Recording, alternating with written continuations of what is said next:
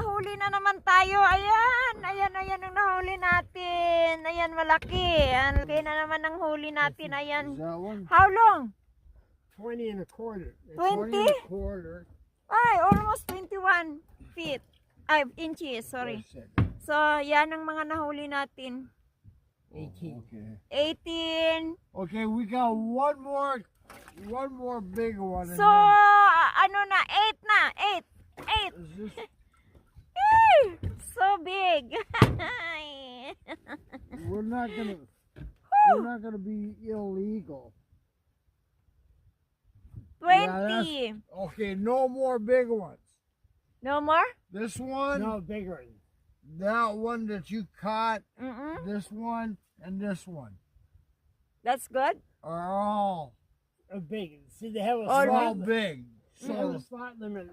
They only allow you to catch so many big ones, and you gotta keep smaller ones. So So Okay. now on, we gotta keep smaller ones. Smaller, So not catch big. Smaller ones. Okay, not big. Okay. Okay, not big. okay. Smaller one. Sinusukat pala. May mga limit din pala, guys, ang pag-fishing. Pag nakakuha ka ng malaki, kailangan maliliit naman yung iba. Ganun pala. Not all big. You make sure that we also catch the big, the small. If you catch the big, you catch the small too. So, ayan, nakahuli na tayo ng malaki. So, kailangan natin manghuli ng medyo maliit.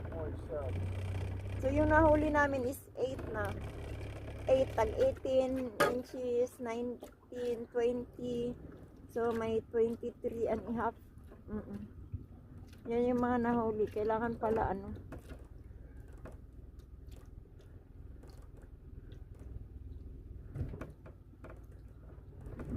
Yan. Thank you for watching our video, guys. See you in the next vlog. Bye-bye. Love you all. Yan.